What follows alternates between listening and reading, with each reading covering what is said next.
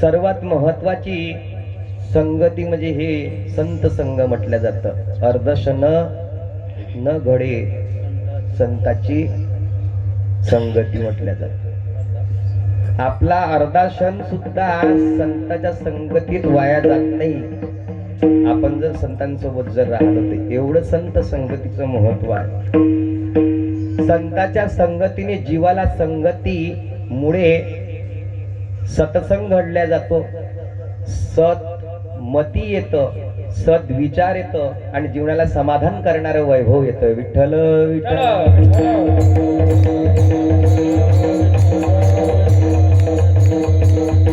काय येतं एवढं मोठं वैभव? हे वैभव मिळणं जगामध्ये कठीण आहे. चांगले विचार येणं आपल्या मनामध्ये हे सर्वात मोठं वैभव म्हटलं. जीवन सदाचारी जगणं सर्वात मोठं वैभव म्हटलं गेलेलं आहे. जीवाला संतोष प्राप्त होणं, समाधान मिळणं आणि तेवढंच करून सहमती मिळणं. आज जीवनामध्ये मती आहे पण मात्र सहमती नाही. आज आपल्याला चांगली मती सुचत नाही लवकर, वाईट मात्र सुचल्याशिवाय राहत नाही. म्हणून जीवनामध्ये संतांच्या सानिध्यात राहिल्यानंतर, त्यांचा सहवास प्राप्त झाल्यानंतर आपल्या जीवनातल्या मत्या टळल्या जाते. विठ्ठल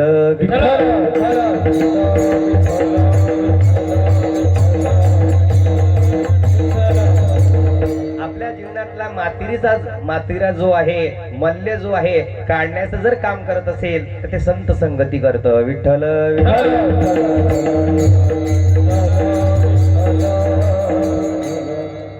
आपल्या जीवनातला मल्ल जर धुवून जर काढत असेल ते संत काढतात.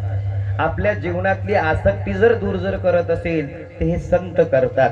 एक दिवस हाच प्रश्न भगवंताला कोणी नारदाने विचारलं, म्हणे देवा संत संगतीचं महत्व काय आहे म्हणे.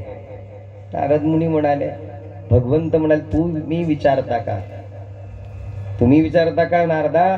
तुम्हाला आता संत संगतीचं महत्व माझ्यापेक्षा चांगलं ठाऊक आहे आणि तुम्ही मला विचारून राहिले. त्याच वेळेला म्हणे ठीक आहे विचारतच तर सांगणं भाग पडेल बा. त्याच वेळेला भक्ताच्या केवाळाकरिता नारदांच्या प्रेमा खातीर भगवंत संत संगतीचं महत्व सांगतात. पण ते नारदा तुला जाणून घ्यायचं आहे ना, मग तुलाच परिश्रम करावं लागेल. त्याच वेळेला मग पाहता काय सामोर गेले. म्हणे जा कुंपण आहे, कुंपणवरती एक सरडा आहे, त्या सरडाला विचार की संत संगतीचं महत्व काय आहे बा. नारद मुनी भगवंताकडे पाहिलं, म्हणे देवा काही विचारतं का, कोणालाही विचारायला लावतं का? म्हणे तुला संत संगतीचं महत्व विचारू लागलो आणि तू त्या कुंपणावर जा आणि असं सांग तसं कर. म्हणे तुला ऐका माझ्यावर जा. मग विचारलं कशाला? मग नाही ऐकायचंच नव्हतं तुला, तुला जर आपल्या मनाचंच करायचं होतं तर मला विचारलं कशाला बाबा तू. त्याच वेळेला हा नाही जा, जास्त बोललो तर ते काही सांगणार नाही, नाही तर काही देव का म्हणून सांगताय भरोसा नाही. एक तर विचारायला पाहिजे नव्हतं. गेला हा नारद मुनी कुंपणाजवळ सरड्याला विचारतात कोणता संत संगतीचं महत्व काय. त्या सरडाने नारदांच्या दृष्टीत पडला. जसं दृष्टीत पडला तसाच त्या सरडा मूर्छेतून जमिनीवर पडला, तोही निघून गेला. म्हणे हे भलतच झालं, लेखाचं विचारायला काय आलो, विचारल्याबरोबर आपलं दर्शन केलं आणि तो आपला देहत्यागच करून दिला. असं काय झालं? देवाजवळ पडत आले का देवा म्हणे मस्करी लावली का जीवनाची.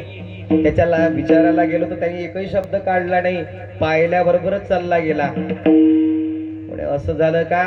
आता एक काम कर म्हणे, आपल्या गावामध्ये एक कपिला नावाची गाय आहे म्हणे, त्या गायीला जाऊन विचारून घे म्हणे की संत संगतीचं महत्व काय. म्हणे देवा आता अजून ब्रह्महत्येचं पातक लावतं का? तो सरडा होता. गाय म्हणजे ही माता म्हटलं जातं आणि या मातेला जर माझं अजून काही जर झालं तर नसलं तू मला पाप लावतं का? एक तर त्याला विचारायला गेलो, तो तर बोलण्याचा पहिलेच चालला गेला. म्हणे जात का? नाही जात. म्हणे जा लागेल म्हणे ते. त्याच वेळेला नारद मुनी गायी जवळ गेले. म्हणतात आई संत संगतीचं महत्व काय म्हणाय. त्याच वेळेला तीही गाई संतांचं दर्शन करून ती मनात म्हणू लागली की पावन झालो मी, पावन पुनीत झालो. ती गाई मूर्छित येऊन देह त्याग केला. म्हणजे नारद मुनी जिथं गेलो तिथे हे आपलं देह सोडून चालले. असं झालं तरी का आपण दिसायला एवढं वाईट आहे का? का आपला सहवास एवढा वाईट आहे की आपल्याला पाहिल्यानंतर हे आपलं देहत्याग करतात बा. त्याच वेळेला भगवंताकडे पळत आले, देवा तुझ्या पाया लागतो, आता कोणाकडे पाठवू नको रे. पण तुम्हाला संत संगतीचं महत्व जाणून घ्यायचं आहे ना? हो म्हणे. मग जाणून घ्यायचं आहे तर पडा तर लागेलच ना म्हणे. तू आपल्या जीवनामध्ये जर आपल्याला अदानी जीवनापर्यंत सुखी जर राहायचं आहे तर आपल्यालाही त्यासारखंच परिश्रम करावा लागेल. विठ्ठल विठ्ठल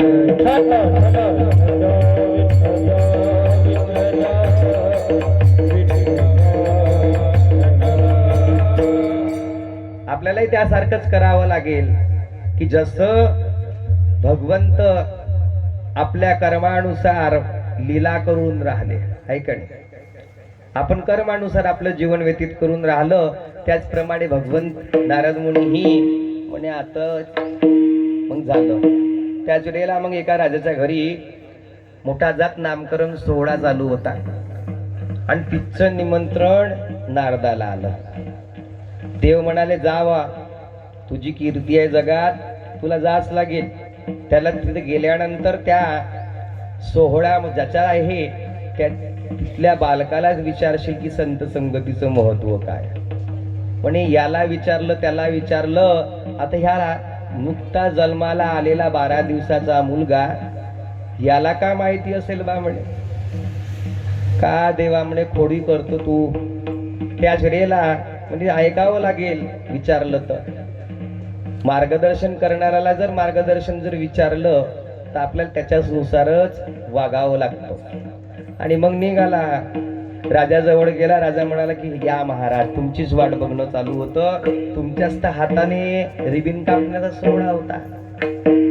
नारद मुनी म्हणे एक तर लेकरू होत नव्हतं राजाला, 14 वर्षानंतर झालं म्हणे. मग आता कदाचित या लेकराला जर आपल्याला काही झालं तर पहिलेच पोटात गुदगुल्या चालू होत्या, राहतो की राहत नाही. मग मुलाला प्रबंध केला दाखवण्याचा. आणि मग नारदांनी त्या मुलाचं दर्शन केल्यानंतर त्या मुलाला विचारलं संत संगतीचं महत्व काय. ते बाळ म्हणू लागलं, बोलू तर शकत नव्हतं पण दृष्टांतात कुणीही बोलल्या जातं. अंतकरणातून आवाज आला म्हणे तुम्हाला पाठवलं कोणी त्याला घेऊन या म्हणे. नारद मुनी म्हणाले हे तर त्याच्यापेक्षाही सवाई निघालं म्हणे. देवानी आपल्याला संत संगतीचं महत्व विचारण्याकरिता पाठवलं आणि हे बाळ म्हणून राहिलं की तुम्हाला कोणी पाठवलं त्याला घेऊन या. लागलं काय म्हणे माझ्या जीवनाचा खेळ लावला का म्हणे. त्याच वेळेला देवा येत का नाही येत तू. त्याच वेळेला भगवंत त्या ठिकाणी प्रकट झाले. चतुर्भुज नारायण भगवान की जय. आले देव. काय झालं रे नारदा. पहा ना ते पोरग म्हणू लागलं की तुम्हालाच घेऊन या. आलो म्हणे. त्या आचरेला भगवंत म्हणे आताही कळलं नाही का.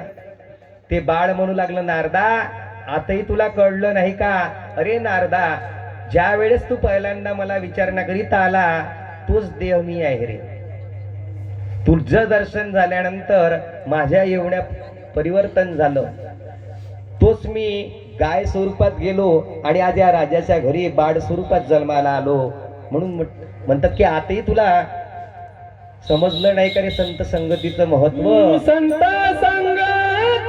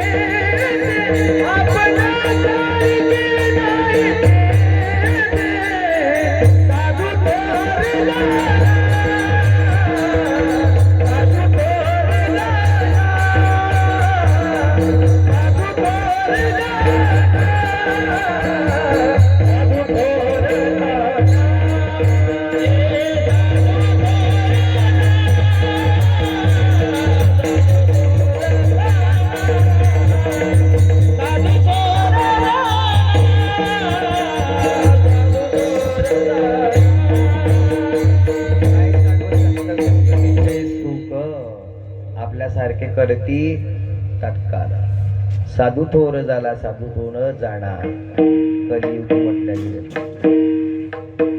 की संतांच्या संगतीचा आपण उच्चारण सुद्धा म्हणजे त्याची गणना सुद्धा करू शकत नाही. एवढं सुख आपल्याला संतांच्या संगतीत मिळू शकतं, त्याचे मोलमापन करू शकत नाही. म्हणतात राजा नारदा आताही तुला कळलं नाही का? अरे संतांच्या संगतीत गेल्यानंतर भगवंताची संगती घडत असत रे.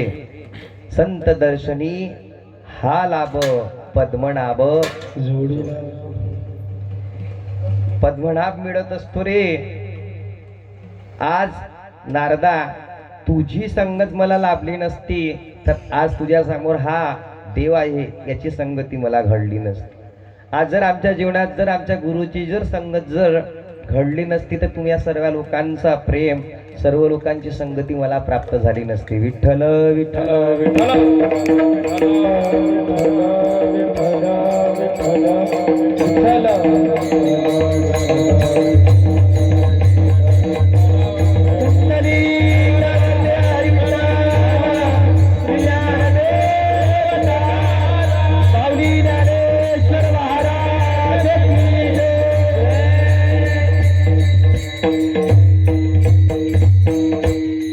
संगतीवर चालू होतो. गवळणी म्हणू लागले संगती कोणाची आहे पाहावं. गवळणी म्हणाली कोणाचा नादी लागला? म्हणतात की नंदाचा नंद गोपाल कृष्णाचा सोबत आहे. आपल्या आई वडिलांना जर मिळालं की याचा मुलगा आहे चांगला आहे तर तुमचे आई वडील काळजी करत नाही चांगला आहे बा. मग तुमच्या आई वडिलांना फिकर राहत नाही तुमची. तरी आपल्या बाजूचे काका नाही का? नाही नाही तो माणूस चांगला आहे आपल्या मुलाची काळजी घेतो. सर्व गवळणी म्हणू लागली की कोणासोबत आहे? तर भगवंताच्या सोबत आहे. त्याच वेळेला गवळणी म्हणाले की आता आम्हाला काळजी करण्याची गरज नाही.